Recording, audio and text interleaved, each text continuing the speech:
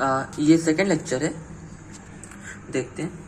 To find things which have to be surrender is as impure a joy as the world contains. यहाँ पर writer कह रहा है जो चीजें हमें अचानक से मिलती हैं, अगर उनका मालिक पहचान ले उन चीजों को तो वो हमें सरेंडर करनी पड़ती है, वो हमें उन्हें वापस करनी पड़ती है। और अगर हमें वापस करनी पड़ेगी अचानक मिली हुई चीज तो is as impure a joy, तो उसमें जो सारा मजा है वो खत्म हो जाता है। इम्प्योर मतलब जो मजा होता है वो प्योर नहीं रहता है, खत्म हो जाता है। And no theme for this pain. अब यहाँ पे ध्यान दीजिए, no theme for this pain, ये जो छोटी सी लाइन लिखी है इस पे राइटर ने बहुत बड़ा संकेत दिया है। वो क्या दिया हुआ है, दिस पेन, मतलब जिस पेन से राइटर ने इस ऐसे को लिखा है वो पेन भी इन्हें अचानक मिला है। बोले ना नो थीम, थीम माने topic, no theme for this pain मतलब इस पेन के ऊपर कोई डिस्कशन नहीं। एक तरह से उन्होंने हिंट दी है कि जिस पेन से लिख रहे हैं वो पेन भी इन्हें अचानक से मिला है और वो पेन किसी ने पहचाना नहीं है तो वो इनके पास है। The special quality of the act of finding something. अभी कह रहे हैं जो चीजें हमें अचानक से मिलती हैं, कह रहे हैं the special quality of the act of finding something. अब जो अचानक से चीजें हमें मिलती हैं with its consequence acceleration, acceleration माने होता है खुशी। तो जो चीज हमें अचानक से मिलती है उसका कॉन्सिक्वेंस मतलब रिजल्ट क्या होता है, खुशियां मिलती हैं। तो वही कह रहे हैं कि the special quality of the act of finding something. कोई चीज हमें मिलती है, अचानक से कोई चीज पाते हैं, उसकी एक खास क्वालिटी है। वो क्वालिटी क्या है, half unexpectedness and half separateness. ये क्या कह रहे हैं कि the act of finding something, जो हम चीजों को अचानक से मिलती हैं तो उसमें खास क्वालिटी है। वो खास क्वालिटी क्या है, half unexpectedness and half separateness.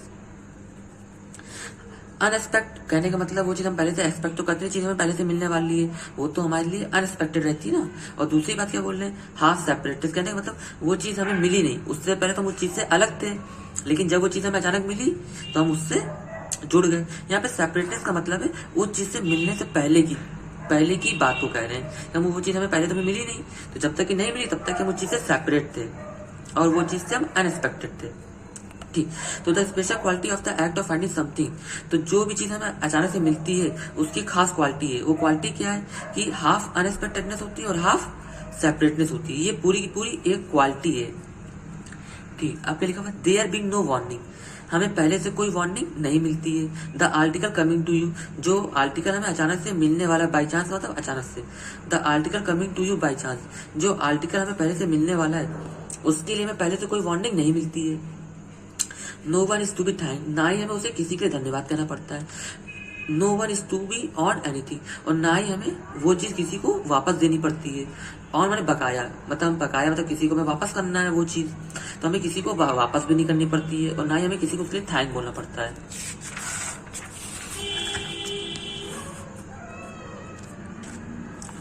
फिर क्या बोल रहे हैं, in short you have achieved the greatest human term. अभी कह रहे हैं जो चीज तुम्हें अचानक मिली है उस पर तुम्हें ऐसी खुशी होती है, ऐसा महसूस होता है कि ऐसा लगता है तुमने ग्रेटेस्ट माने बहुत बड़ा, ह्यूमन टर्म माने जीत, तुमने कोई बहुत बड़ी जीत अचीव कर ली हो। You have got something for nothing. अभी हमें क्या बोल रहे हैं, जो चीज तुम्हें अचानक मिली है, यू हैव गॉट समथिंग, जो चीज तुम्हें मिली है फॉर नथिंग, उसके बदले तुमने कुछ नहीं पे किया है। आमतौर पे क्या होता है, हम कोई चीज खरीदते हैं तो उसके बदले पे करते हैं, लेकिन यहाँ पर क्या बता रहे हैं, कोई चीज तुम्हें अचानक मिली है तो वो चीज तुम रख लेते हो, उसके बदले कुछ पे थोड़ी ना करते हो। तो वही लिखा हुआ है फॉर नथिंग का मतलब for nothing payment. You have got something, तुम्हें कुछ मिला है, फॉर नथिंग उसके बदले तुमने कुछ नहीं पे किया है। That is the true idea, और यही एक असली आइडिया है। आइडिया क्या है, the nothing must be absolute, कहने मतलब उस चीज में, कहने मतलब जो चीज हमें मिली है उसके बदले अगर हमने कुछ नहीं पे किया है तो वो चीज पक्की होनी चाहिए। The nothing must be absolute, absolute माने पक्का, मतलब वो चीज कंफर्म होनी चाहिए कि उसके बदले हमें कुछ पे ना करना पड़े। यही ट्रू आइडिया है। आइडिया क्या है कि जो चीज हमें मिली है, आइडिया यहाँ पे क्या बताते हैं, जो चीज हमें मिली है उसके बदले हमें कुछ ना देना पड़े।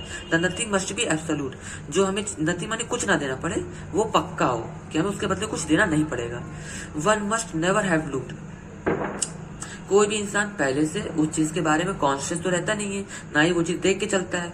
Never have had any finding intention, वही मतलब कॉन्शियस, इंटेंशन माने कॉन्शियस, मतलब पहले से उसे ध्यान तो रहता नहीं कि कुछ उसे मिलने वाली है, ना ही वो पहले से उसको देख के चल रहा होता है, या उसने ना ही इवन होप सो, और इवन होप ना ही उसने पहले से उसके बारे में आशा या उम्मीद करके रखी होती है उसे पहले से कोई चीज मिलने वाली है। 3 चीजें बोलते हैं, ना ही वो पहले से उस चीज को देख के चल रहा होता है, ना ही वो पहले से उसके बारे में ध्यान रखता है, कि ना ही उसी को इसके बारे में इंटेंशन रहती है, इंटेंशन माने ध्यान, और ना ही उसने उसकी उम्मीद करी रखी होती है, वो तो उसे अचानक मिल जाती है।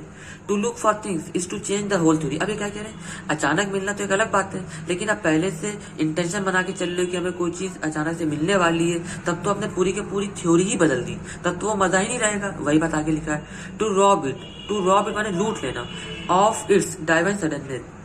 फिर जो हमें अचानक चीज मिलने वाली है उसके मजे से ही हमने उस चीज को खत्म कर दिया। हम तो पहले से एक इंटेंशन धारणा बना के चल रहे हैं कि हमें कोई चीज मिलने वाली है। अगर हम पहले से किसी चीज को मान के चलेंगे कि हमें कोई चीज मिलने वाली है, तब तो वो अचानक वाला मजा ही खराब हो जाएगा। वही लिखा हुआ है, टू रॉब इट लूट लेना, ऑफ इट्स डाइवाइन सडननेस। जो अचानक मिलने वाला मजा है उससे हमने उसको लूट लिया है, अगर हम पहले से मान के चले कोई चीज हमें मिलने वाली है। To become anxious and even avaricious. अगर हम पहले से मान के चलेंगे कि हमें मिलने वाला है, तो हम पहले से एनएक्सियस माने सचेत ध्यान देने लगेंगे रोड पे या किसी भी जगह पे कि कुछ मिलने वाला है। टू बिकम एनएक्सियस, हम पहले से सचेत हो जाएंगे। एंड इवन ग्रीडी मतलब लालची हो जाएंगे उन चीजों के लिए। टू पार्टी हिस्सा लेंगे of the nature of rag picker. अब ये कॉमेडी वाली बात करें, यहाँ पे रैग पिकर क्या होता है, जो रोड पे या कहीं पे कचरा वचरा नहीं उठाते हैं, उन्हीं को रैग पिकर बोलते हैं। तो क्या कह रहे हैं, अगर हम पहले से इंटेंशन लेके चलेंगे कि हमें आगे कुछ मिलने वाला है, तब तो हम रैग पिकर बन गए, तब तो हम उसके काम में हिस्सा लेने लगे। पार्टेक माने हिस्सा लेना, टू पार्टेक द नेचर माने काम ऑफ रैग पिकर के काम पे हम हिस्सा लेने लगे। मतलब पहले से ध्यान दे के चलने लगे कि कुछ हमें यहाँ पे मिलने वाला है, इसलिए ध्यान रखो, ऐसा कुछ। और रैग पिकर को चिफॉन्डे भी बोलते हैं।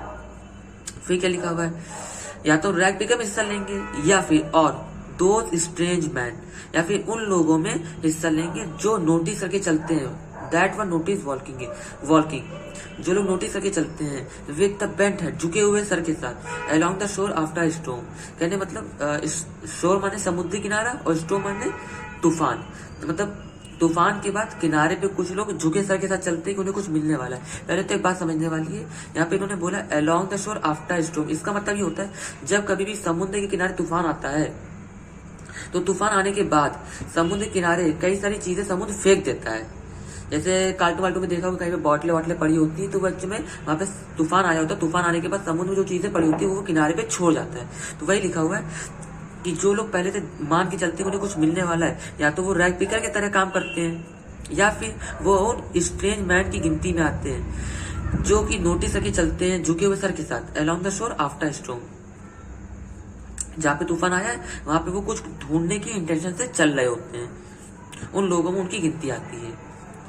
या तो रैग पिकर या फिर स्ट्रेंज मैन जो कि समुद्र किनारे तूफान आने के बाद नोटिस करते हुए चल रहे होते हैं। अब राइटर ऐसा ही अपना एग्जाम्पल देता है, किसका, एक समुद्र किनारे राइटर अपना एग्जाम्पल देता है। यहाँ पर देखिए क्या एग्जाम्पल है, nonetheless that was a great movement.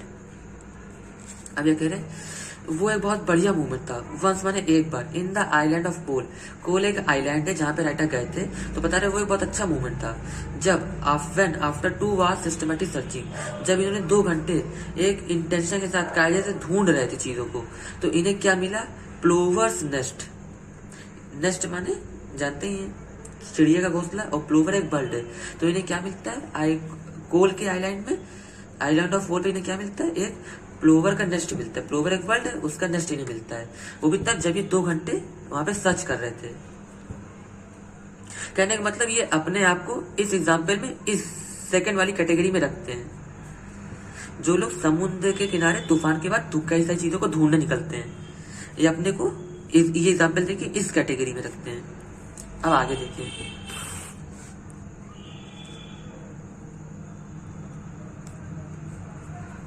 ये कह रहे हैं फाइंडिंग थिंग्स, चीजों का अचानक मिलना, is at once so rare and pure. अभी क्या कह रहे हैं, चीजों का अचानक मिलना एक बार में ही बहुत रेयर होता है, यूनिक होता है, और बहुत ही जॉयफुल, प्योर है। जॉय मतलब उस खुशी की कोई और बात नहीं, उसको कंपेयर नहीं करा जा सकता। वो खुशी बहुत ही प्योर होती है, यूनिक खुशी होती है। That to trifle with it. अभी कह रहे हैं, और कह रहे कि finding things at once so and pure, जो that to trifle with it is peculiarly heartless. कह रहे कि चीजों का अचानक मिलना तो बहुत रेयर और प्योर होता है, लेकिन अगर हम पहले से इंटेंशन बना के चल रहे हैं तब तो वो जो है खत्म हो जाता है, वो एकदम से हार्टलेस, बिल्कुल नीरस हो जाता है, खत्म हो जाता है। Yet there are people so want only in the need of a sports as to do so। अभी कह रहे हैं इसके बावजूद मतलब लोगों को पता है कि अचानक कोई चीज मिलती तो बड़ी खुशी होती है, लेकिन अगर हम पहले से मान के चले कि हमें कुछ मिलने वाला तो वो खुशी खत्म हो जाती है, वो चीज फिर हार्टलेस हो जाती है। लेकिन फिर भी कुछ लोग होते हैं जो मतलब फाइंडिंग थिंग्स को, अचानक से मिलने वाली चीजों को एक स्पोर्ट मतलब एक खेल के रूप में इसे एंजॉय करते हैं।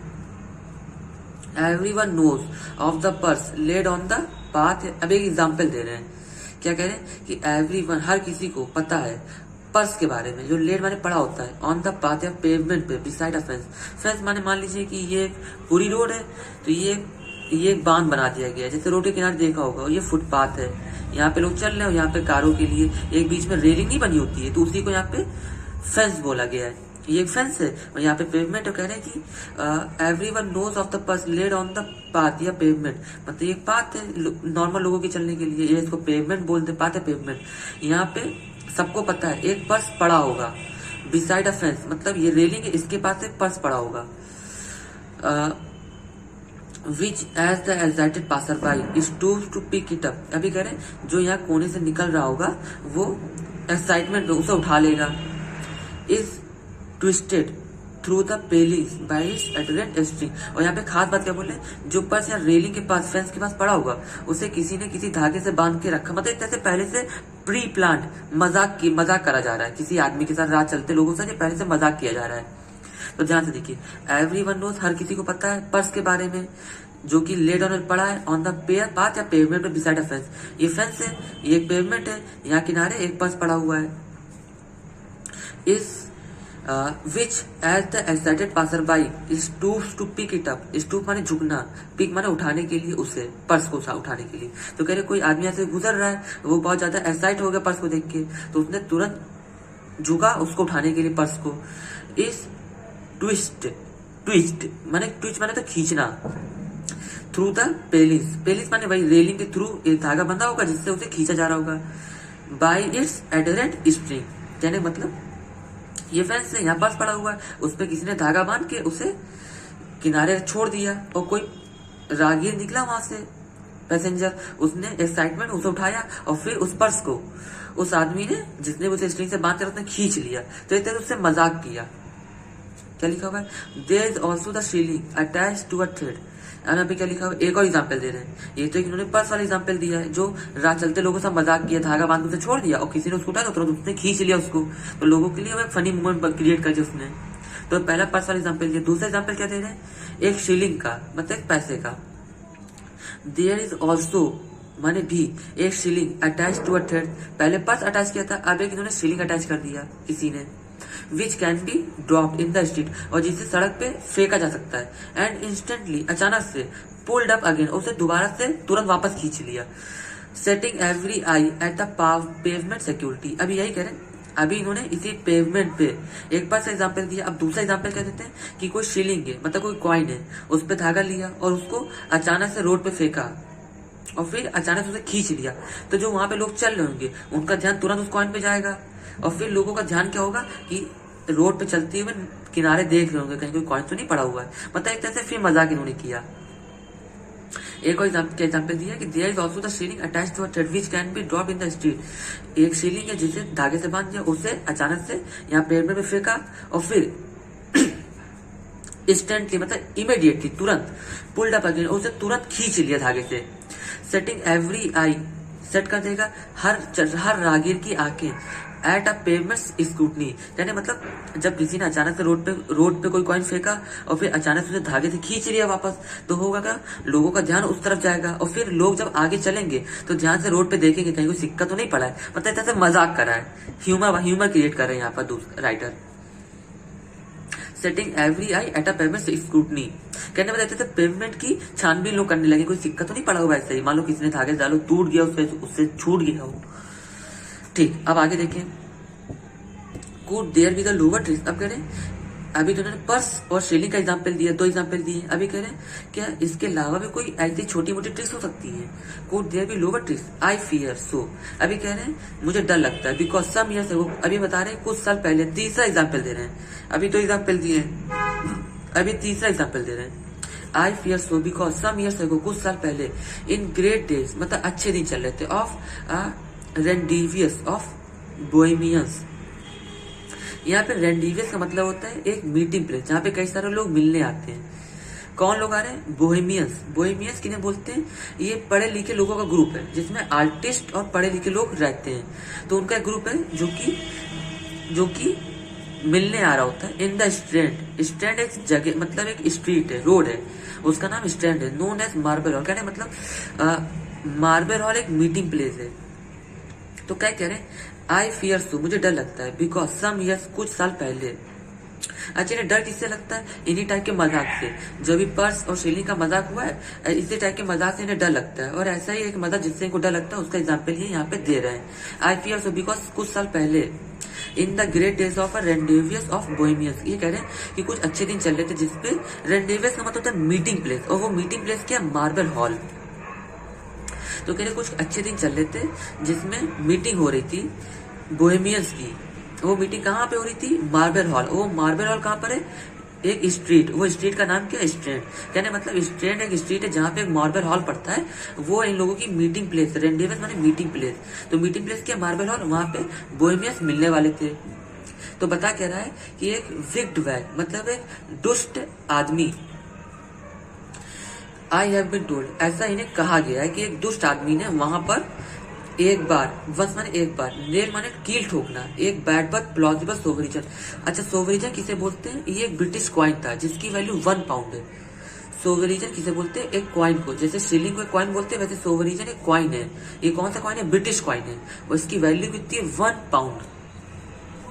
इसे आप लोग लिख लीजिए ताकि आपको याद रहे।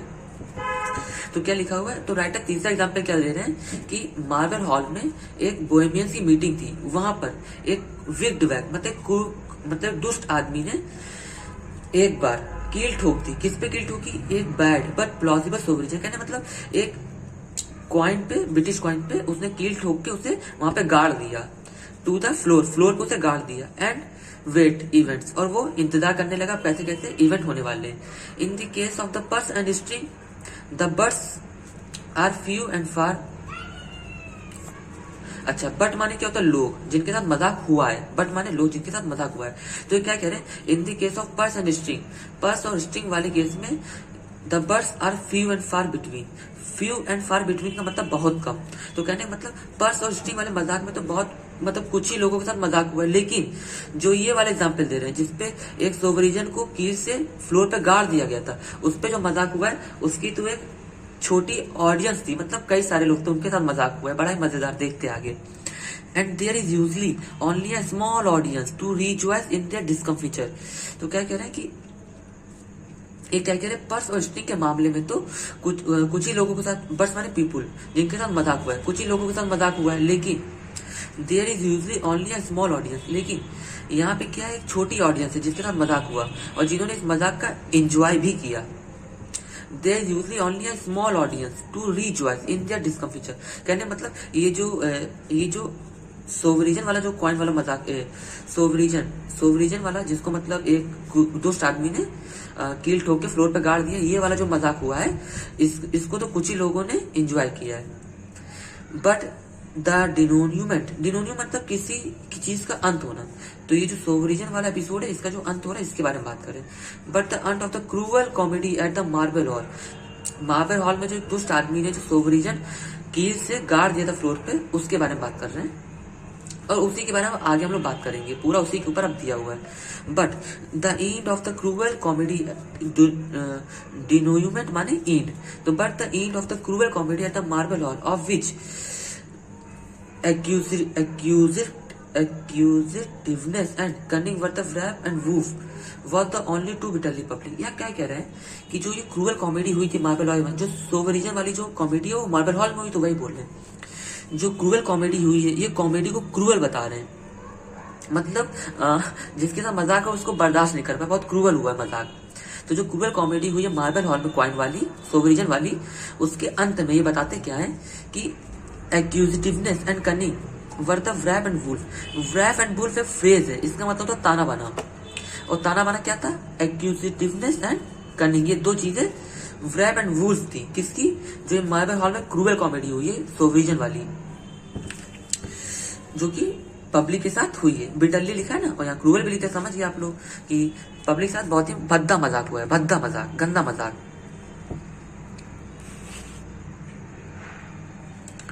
आई एम टोल्ड, ये राइटर बोल रहा है कि मुझे कहा गया, such is human resourcefulness in guide, कह रहे इस टाइप का भी लोग मजाक कर सकते हैं।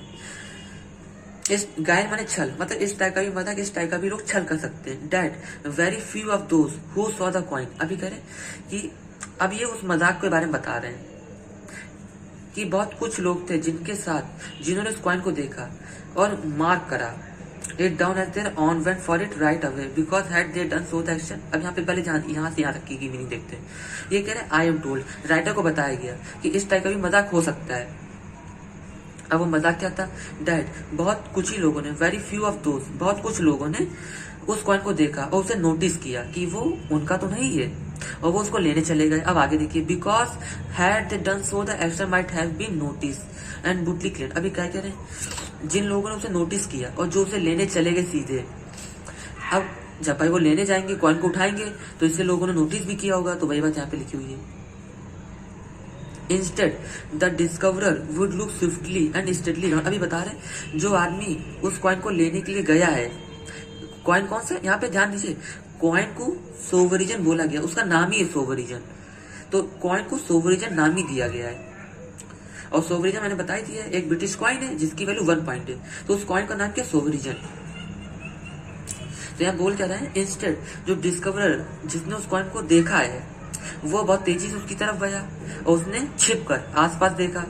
स्टेडली माने छिपकर आसपास देखा। एंड देन ग्रेजुअली, धीमे से, विथ एवरी अफेक्शनेशन ऑफ द नॉनचेलेंस, कहने मतलब, यहाँ कहने मतलब है कि जो जिसने उस कॉइन को देखा है वो बहुत सावधानी से और बहुत तेजी से उस कॉइन की तरफ गया। उसने अपने चारों तरफ बहुत ध्यान से देखा और फिर उसने धीरे धीरे, ग्रेजुअली माने धीरे धीरे, विथ एवरी अफेक्शन ऑफ नॉनचेलेंस, इसका मतलब है कि उसने ऐसा बहाना, ऐसा मतलब बर्ताव किया, लगता नहीं कि उसने कुछ देखा है, उसे कुछ पता है। इसका मतलब ये है, यहाँ से लेके यहाँ का मतलब ये है कि with every affectation of non challenge, मतलब उसने चीज को देखा, कॉइन को, लेकिन नेग्लेक्ट कर दिया, मतलब वो ऐसा बहाना कर रखता है, वहां पे सब नॉर्मल है। और फिर which to those in the secret, which to those in the secret मतलब जो लोग छुपे हुए थे, watching from the corners of their with die, जो छुप कर उन चीजों, उन एक्टिविटी को नोट कर रहे थे कि कोई आदमी वहां पे गया और वो ऐसा बहाना करे कि उसने कुछ देखा ही नहीं, वो छुपे से कॉइन उठाने की तैयारी कर रहा है। कहने मतलब जिन्होंने इस पूरे प्रपंच को रचा था, वो लोग किनारे छुपे हुए थे और वो देख रहे थे। Was so funny as to be an agony, और वो इतना फनी था कि जो देख रहा है, जिसने ये मजाक किया है, उसे तो खूब मजा आ रहा है, उसके लिए तो बहुत फनी है, लेकिन जिसके साथ मजाक हो रहा है उसके लिए तो ये एक एगोनी है, मतलब पेनफुल है। जब उसे पता चलेगा ये तो कील से ढका हो, जब वो उसको उठा ही नहीं पाएगा। क्या लिखा होगा? He would get nearer and nearer until he was able at last to place one foot on it। अच्छा, तो यहाँ पे वो कहते क्या है? डिस्कवरर माने जो वहां पे रास्ते में चल रहा था, जिसने मार्बल हॉल में उसको नोटिस किया, मतलब जिन लोगों ने भी उसको नोटिस किया है कॉइन को, उसको डिस्कवरर बोल रहे हैं। डिस्कवरर मतलब खोजने वाला। तो जिसने उसको सोवरिजन को खोजा, उसने पहले तेजी से अपने आसपास देखा, फिर वो छिप कर देखने लगा कोई उसे देख तो नहीं रहा उस कॉइन को, फिर वो धीमे धीमे वहां पे गया और उसने with every affectation of non challenge, फिर उसने ऐसा दिखावा किया, लगता है कि वहां कुछ है ही नहीं, बिल्कुल सब नॉर्मल है। और फिर जो लोग वहां पे छुप के खड़े हुए थे वो देख रहे थे और वो खूब मजा ले रहे थे। फिर he would get near and near, और फिर जिसने उसे देखा वो फिर जो कॉइन को देख रहा था, सोवरिजन को, वो बहुत पास गया, जब तक कि उसने अपना एक पैर 1 फुट उसके ऊपर रख नहीं दिया। अगला लेक्चर हम लोग 3rd लेक्चर पे देखेंगे।